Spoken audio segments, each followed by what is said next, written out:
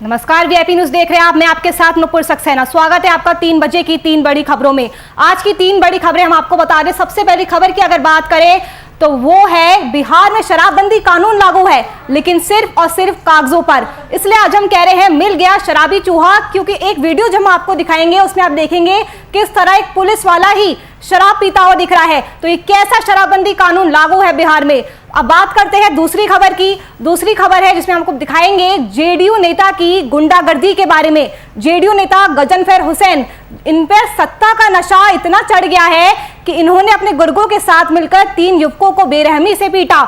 इतना ही नहीं, 2 युवकों के तो इन्होंने नाखून भी प्लास से निकाल दिए। हालांकि इनकी गिरफ्तारी हो चुकी है। वही अगर तीसरी खबर की बात करें तो तीसरी खबर स्टूडेंट्स के लिए बहुत ज्यादा अहम है, क्योंकि आज झारखंड हाई कोर्ट ने ऐतिहासिक फैसला सुनाया है और जेपीएससी के छठे रिजल्ट को रद्द कर दिया है। वही सरकार को 8 हफ्ते का समय दिया गया है जिससे वो एक नया रिजल्ट तैयार कर सके। वही जो दोषी है अधिकारी, उनके खिलाफ सख्त से सख्त कार्रवाई करने की भी कोर्ट ने बात कही है। तो इन्हीं 3 खबरों पे आज हम नजर डालेंगे, लेकिन इससे पहले नजर इस वक्त की सुर्खियों पर। पटना के गौरीचक थाने में शराब पीते पुलिस वाले का वीडियो वायरल। शराब के नशे में चूर मिले मुंशी दिनेश यादव। मामले में कार्रवाई करते हुए मुंशी की हुई गिरफ्तारी।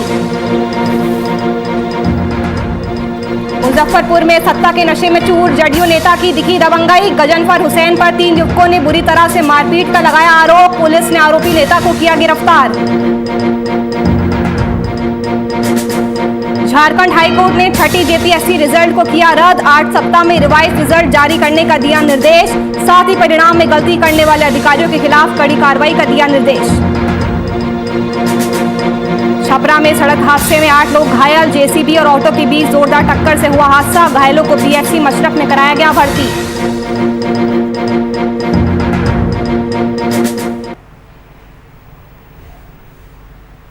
बात करते हैं सबसे पहली बड़ी खबर की। सुशासन बाबू बिहार में चाहे लाख दावे कर ले कि बिहार में शराबबंदी है, लेकिन इन दावों की पोल खोलती तस्वीरें रोजाना वीआईपी न्यूज आप तक पहुंचाता है। इसी कड़ी में आज भी शराबबंदी की पोल खोलने वाली तस्वीर पटना के गौरीचक थाने की है, जहां खुद मुंशी शराब पार्टी का आनंद ले रहा है। इसके साथ ही अगल बगल कुछ पुलिस फोर्स भी दिख रहे हैं। ऐसे में सवाल उठता है कि बिहार में ये कैसी शराबबंदी लागू है, जहां खुद पुलिस वाला ही शराब पीता हुआ दिख रहा है।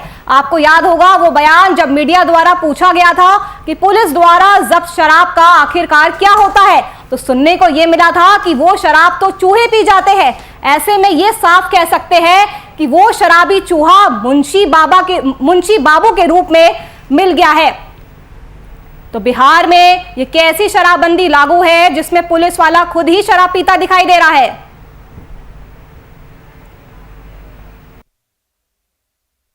हर एक चीज की वेरिफिकेशन की जा रही है।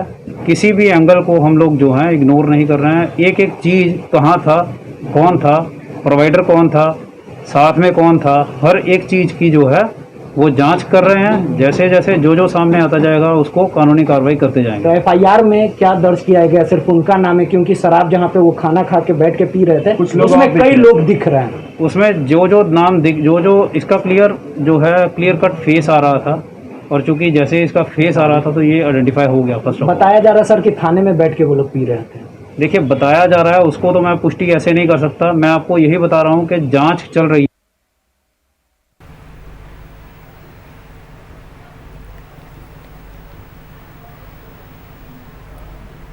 इसी खबर पर ज़्यादा जानकारी के साथ हमारे एग्जीक्यूटिव एडिटर प्रशांत झा हमारे साथ जुड़ चुके हैं। प्रशांत झा जी, आपसे जानना चाहेंगे कि बिहार में जिस तरह से शराबबंदी के बावजूद शराब का अवैध कारोबार फल फूल रहा है, उसमें कहीं ना कहीं पुलिस प्रशासन का भी बहुत बड़ा हाथ है। क्योंकि जब पुलिस से पूछा जाता है कि आखिरकार जो शराब जब्त की जाती है वो कहाँ जाती है, तो पुलिस वाले कह देते हैं कि वो शराब तो आखिरकार चूहे पी गए। लेकिन ये तो तस्वीरें सामने आ रही है, तो ऐसे हम कह सकते हैं कि शराबी चूहा खुद पुलिस वाले ही है।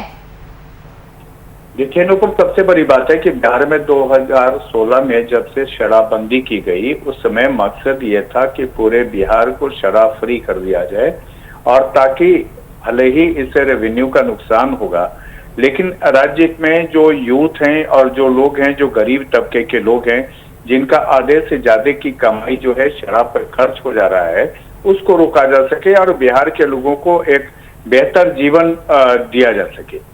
लेकिन बाद के दिनों में इस पूरे मामले में जो बड़े बड़े शराब तस्कर हैं, जो माफिया हैं, उनका खेल शुरू हो गया और एक तरह से आप कह सकते हैं कि समानांतर सरकार की व्यवस्था यहाँ शराब माफिया ने कर ली। और उसके बाद नीतीश कुमार जो बिहार के मुख्यमंत्री हैं, उन्होंने एक नया अमेंडमेंट लाया और पुलिस वालों को कसम खिलाई। आपको मैं बता दूं कि 3 बार पुलिस वालों को यह शपथ दिलाई गई जिसमें उनसे ये वादा लिया गया कि वो न तो शराब पिएंगे, न ही शराब को लेकर के जो कारोबारी हैं उनका वो मदद करेंगे। लेकिन जो ताजा वीडियो है, इस वीडियो को देखने से साफ तौर पर जाहिर होता है कि पुलिस वाले शपथ लेने के बाद भी शराब से दूर नहीं हुए। लिहाजा स्थिति ये हुई है कि यहाँ शराब तस्करी जो है वो चरम पर है। रोजाना जितने शराब जी, हम ये पकड़े भी जा कह रहे सकते हैं हैं कि सरकार और प्रशासन कहीं ना कहीं जो शराब का सिंडिकेट है उसको तोड़ने में नाकामयाब रह रही है। जो शराब का पूरा नेटवर्क है उस कड़ी तक सरकार और प्रशासन नहीं पहुंच पा रहा है। देखिए, जब अगर सिंडिकेट को तोड़ना होगा तो पुलिस वालों को थोड़ा एक्टिव होना होगा। और एक बात जान लीजिए कि पूरे बिहार में महीने में जितनी शराब पकड़ी जा रही है, उतने शराब यहाँ पर पहले जब शराब यहाँ पर बंदी नहीं था तब यहाँ पर उतनी खपत भी नहीं थी। लिहाजा ये है कि स्थिति ये है यहाँ पर कि जो शराब पकड़ के थाने में मालखाने में जब्त हो रहे हैं, अगर थाने का मुंशी कहीं शराब पी रहा है तो लोगों का संदेह सीधा जाएगा कि उसी मालखाने के शराब पर उसकी नजर थी और उसने उसका इस्तेमाल किया है। और आपको बता दें कि आज से 3 साल पहले जब ये बिहार के थानों पर यह आरोप लगा था कि थाने के अंदर जो मालखाने हैं जहां शराब रखी गई है, उन शराब को चूहे पी जा रहे हैं। लेकिन ताजा तस्वीर को देखने के बाद तो साफ कहा जा सकता है नुपुर कि बिहार के पुलिस वाले ही वो चूहे हैं जिन्होंने मालखाने के शराब को चट कर लिया था। नुपुर जी, हमारे साथ निराला यादव जी आरजेडी के प्रवक्ता भी जुड़ चुके हैं। निराला जी, आपका स्वागत है वीआईपी न्यूज पर। क्या आपको नहीं लगता जिस तरह की शराबबंदी लागू होने के बावजूद भी ऐसी रोज खबरें सामने आती है तो कहीं ना कहीं जो शराबबंदी का कानून जो लागू किया गया था वो ठीक ढंग से लागू नहीं किया गया और उसमें कहीं ना कहीं अब समीक्षा की या एक रिवीजन की जरूरत है, क्योंकि खुद एक बार कांग्रेस भी मांग कर चुकी है। जी, पहले एक संशोधन किया जाए। मैं राष्ट्रीय जनता दल का प्रदेश महासचिव हूँ। जी, रही बात बिहार में शराब की, मैं बोलूं? जी जी, रही बात बिहार में शराब की, तो ये अब घिसी पिटी बातें हो गई है।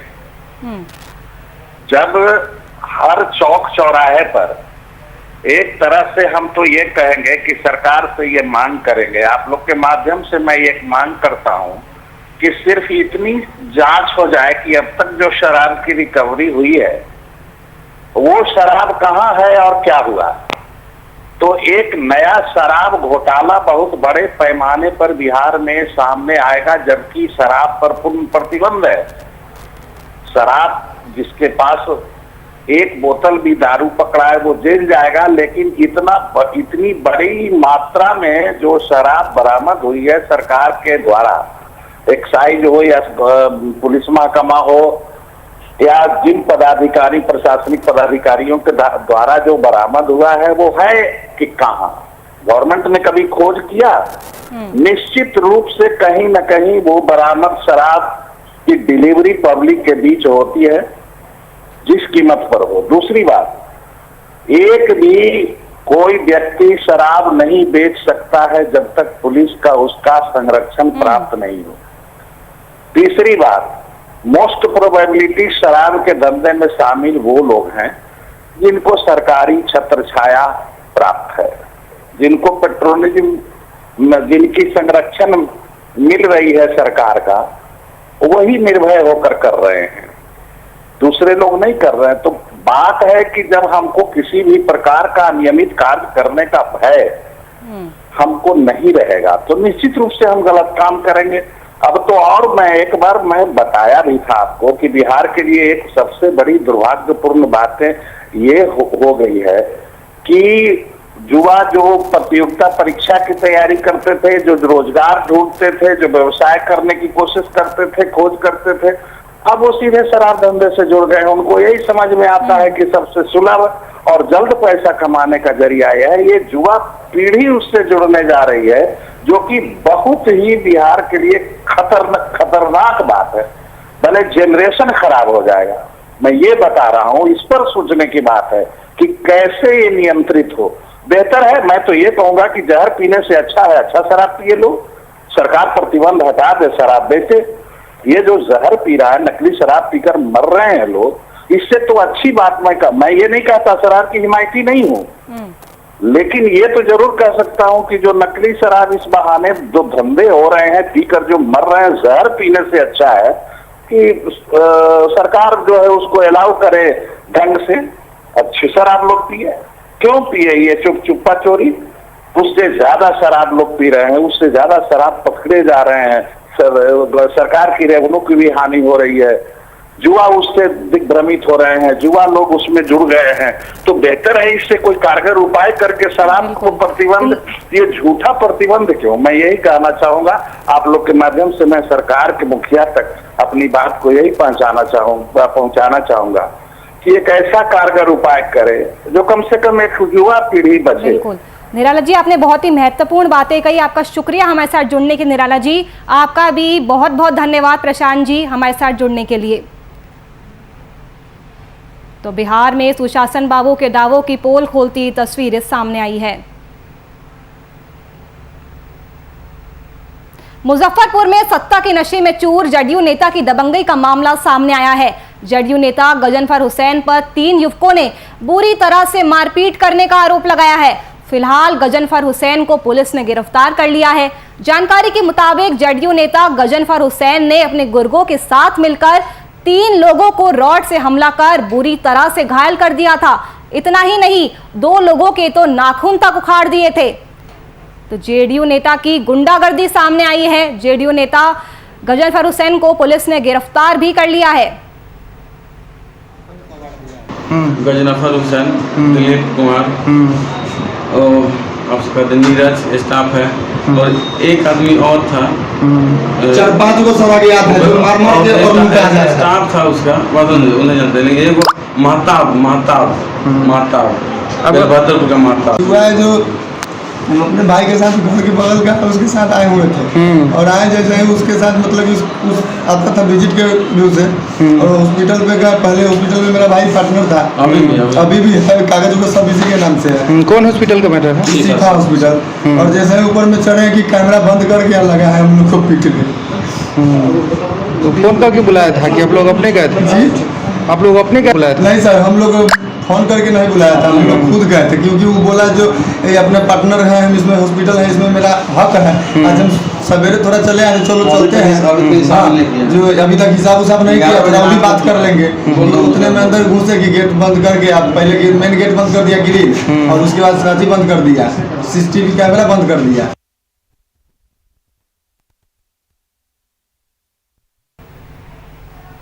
तो जेडीयू नेता गजनफर हुसैन की गुंडागर्दी देखने को मिली है। उन्होंने अपने गुर्गों के साथ मिलकर 3 युवकों से जमकर मारपीट की। ये एक निजी अस्पताल का पार्टनरशिप को लेकर विवाद था। इसके बाद उन्होंने मारपीट की, और इतनी बेरहमी से मारपीट की कि सभी युवकों की पीठ पर रॉड के निशान बने हुए हैं। पूरी पीठ उनकी लाल हो गई थी। और इतना ही नहीं, 2 युवकों के तो उन्होंने प्लास से नाखून तक उखाड़ दिए थे। तो किस तरह से जेडीयू नेता पर सत्ता और ताकत का नशा हावी है, ये आप इस खबर के जरिए समझ सकते हैं। 3 लोगों को उन्होंने बेरहमी से पीटा, और इतना ही नहीं, 2 लोगों के तो उन्होंने नाखून तक उखाड़ दिए।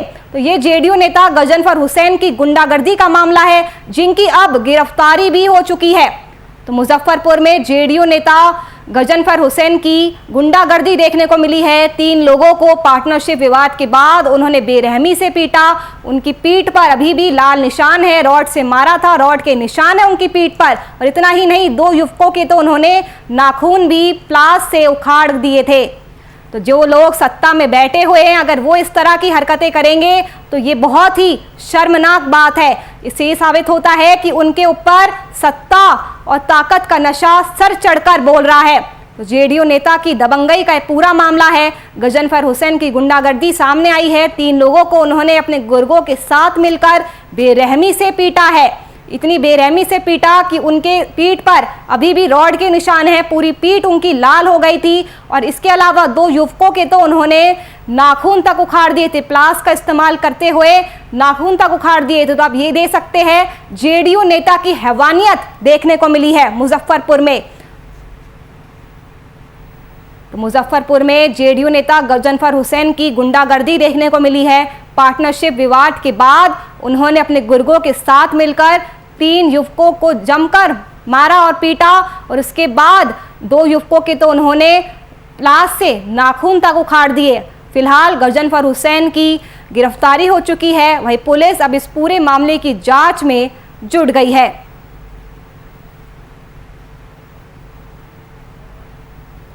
तो मुजफ्फरपुर में जेडीयू नेता गजनफर हुसैन की हैवानियत देखने को मिली है। निजी अस्पताल के पार्टनरशिप विवाद में उन्होंने अपने गुर्गों के साथ मिलकर अपने पार्टनर और उसके ड्राइवर की उन्होंने जमकर मारपीट की। आपको बता दें कि 2 युवकों को तो उन्होंने उनके नाखून तक प्लास से उखाड़ के फेंक दिए थे।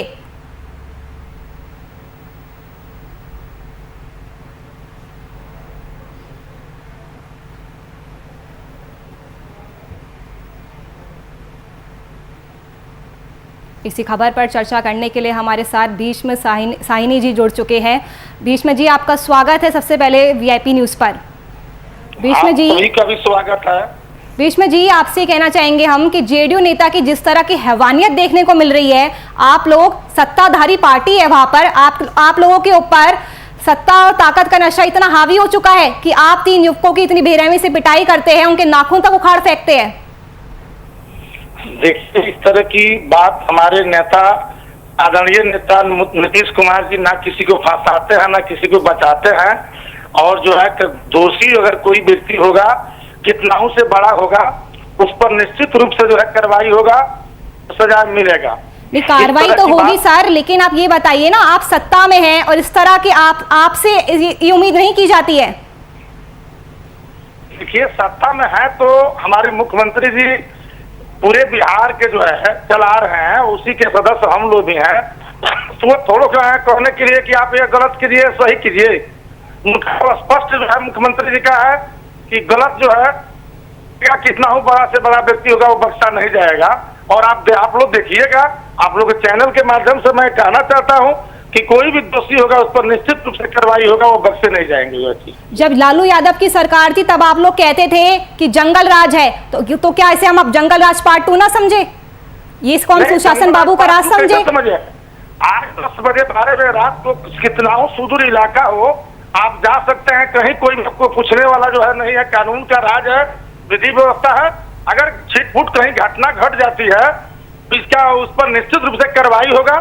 अगर घटना कोई घट जाती है छिटपुट तो उस पर निश्चित कार्रवाई होगा। आप देखिए कि कितना बड़े से बड़े जो लोग रहे हैं उनको जो है सजाए जो है हुआ है और कार्रवाई हुआ है। आरजेडी की तरफ से कहा जा रहा है कि नीतीश सरकार में अपराधियों को संरक्षण दिया जाता है, इस पर आपकी प्रतिक्रिया क्या है? आरजेडी को तो कहने का ये नैतिक अधिकार ही नहीं है कि आप ताल के बारे में कुछ बोले। 15 साल बिहार की जनता जो है देख चुकी है कि आरजेडी के शासनकाल में क्या हुआ और क्या नहीं हुआ, और पूरा देश जानता है। तो आरजेडी को तो हक ही नहीं है कि वह कानून व्यवस्था पर और अपराध के बारे में बोले जो है चीज को जो है। शुक्रिया आपका हमारे साथ जुड़ने के लिए, और उम्मीद करते हैं ऐसी खबरें दोबारा हमें देखने को नहीं मिलेगी।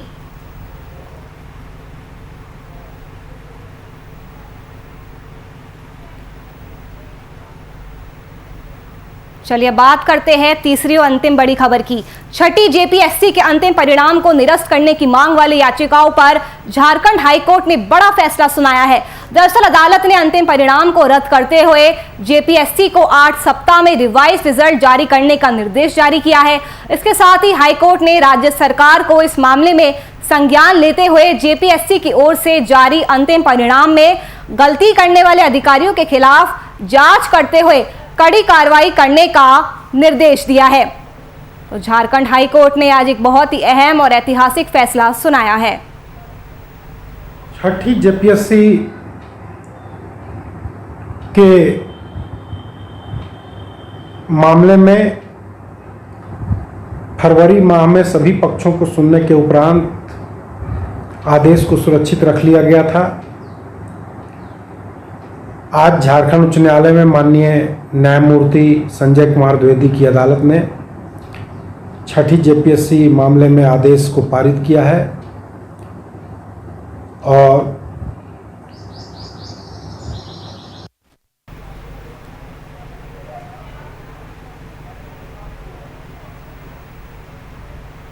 इसी खबर पर ज़्यादा जानकारी के साथ हमारे संवाददाता अभिनव कुमार हमारे साथ जुड़ चुके हैं। अभिनव, सबसे पहले आप दर्शकों को ये समझाइए कि पूरा मामला था क्या और कोर्ट ने अपनी सुनवाई के दौरान क्या कुछ अहम बातें कही।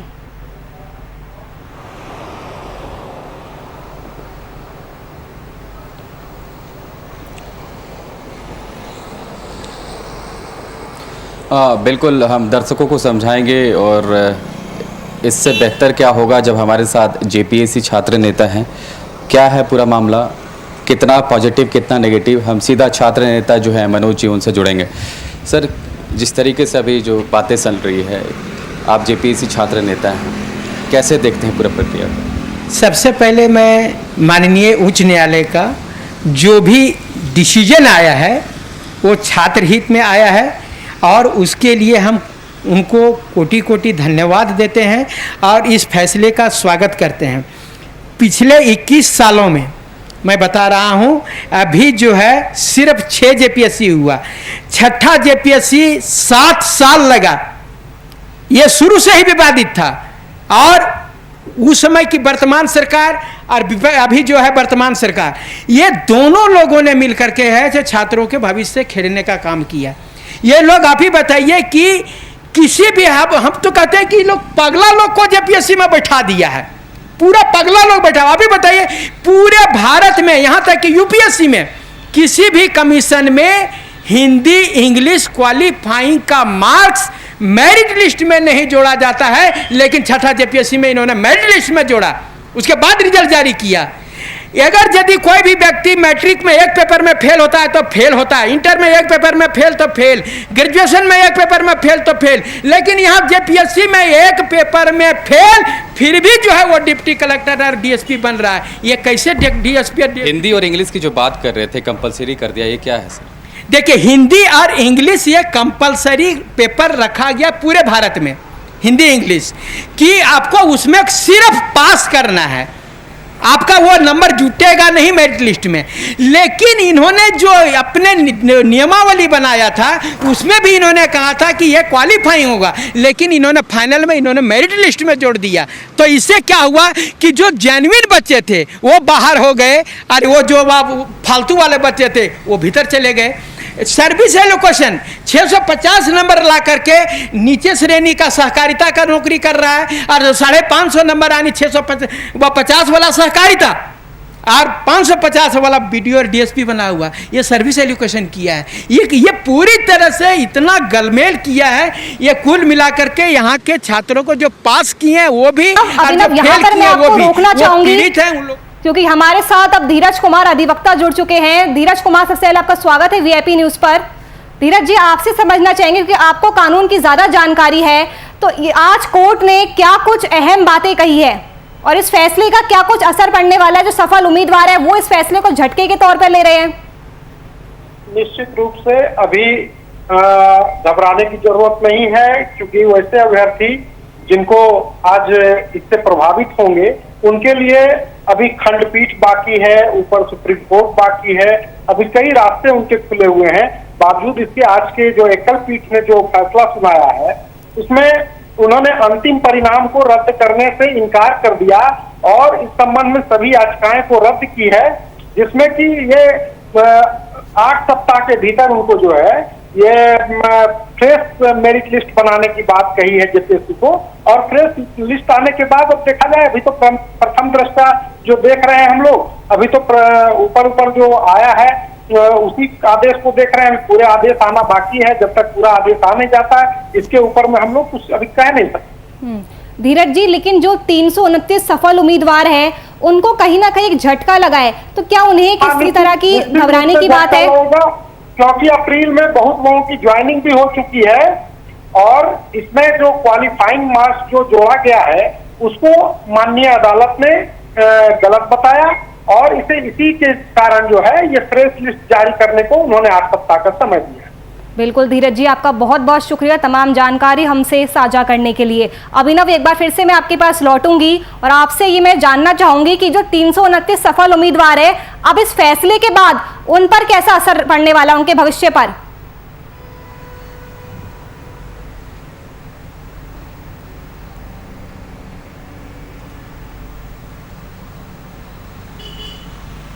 जो 329 उम्मीदवार है सर, जो अभी 326 जी, तो अब उनका कैसे होगा, उनका आगे का क्या है?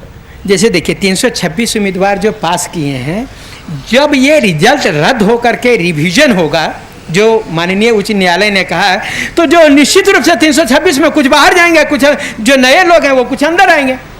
लेकिन ये समस्या का समाधान नहीं है, क्योंकि आपका तो इंटरव्यू का नंबर, मुख्य परीक्षा का नंबर ये पब्लिश हो गया, जबकि ये पब्लिश नहीं होना चाहिए, नहीं होता है। जैसे हम लोग मुख्य परीक्षा का नंबर नहीं मालूम होता है तो इंटरव्यू हम लोग देने जाते हैं, ये सब चीज़ आउट हो चुका है। इसलिए अब ये कोई इसमें त्रुटि, अगर यदि आप कुछ को बाहर कर रहे हैं, कुछ को अंदर कर रहे हैं, तो इसमें फिर से त्रुटि रह जाएगा। इसका एकमात्र विकल्प है कि ये मुख्य परीक्षा पुनः आयोजित किया जाए और फिर 326 पद जो है उसमें से 326 लोगों को सेलेक्ट किया जाए। जब हेमंत सरकार में नहीं थी, हेमंत सोरेन सरकार में नहीं थे, मुख्यमंत्री नहीं थे, तो जो छठा जेपीएससी उसको रद्द करने की बात कही गई थी। आप भी छात्र नेता रहे हैं, आपको सारी चीज़ पता है, फिर क्या होगा? देखिए, माननीय मुख्यमंत्री जो भी वर्तमान में है, जब ये विपक्ष के थे तब मेरे पास धरना पर भी बैठे थे और इन्होंने स्पष्ट शब्दों में कहा था कि, और यहाँ ये बोलने की बात नहीं, इन्होंने रैलियों में भी कहा था कि छठी जेपीएससी में सीट का खरीद फरोख्त हुआ है। इसलिए जो है जैसे ही हमारी सरकार आएगी मैं अधियाचना वापस लूँगा और छठा जेपीएससी को रद्द करूँगा। लेकिन जैसे इनकी सरकार आई, ये जो है सो आप ही बताइए कि रिजल्ट निकलने के बाद 2 महीना तक, 3 महीना तक लोग बुझते रहा, जबकि तुरंत से जो है कार्मिक को कोई भी जेपीएससी या कोई भी कमीशन होता है, फाइनल रिजल्ट निकलता है, 5 दिन में भेज दिया जाता है कार्मिक विभाग को। इन्होंने 2-3 महीना तक जो है सबसे बुझते समझते रहा, कैसे होगा, क्या हो सकता है। ये पूरी तरह से घालमेल था। मैं कह रहा हूं कि अभिनव, शुक्रिया आपका तमाम इस खास जानकारी के लिए और बातचीत करने के लिए।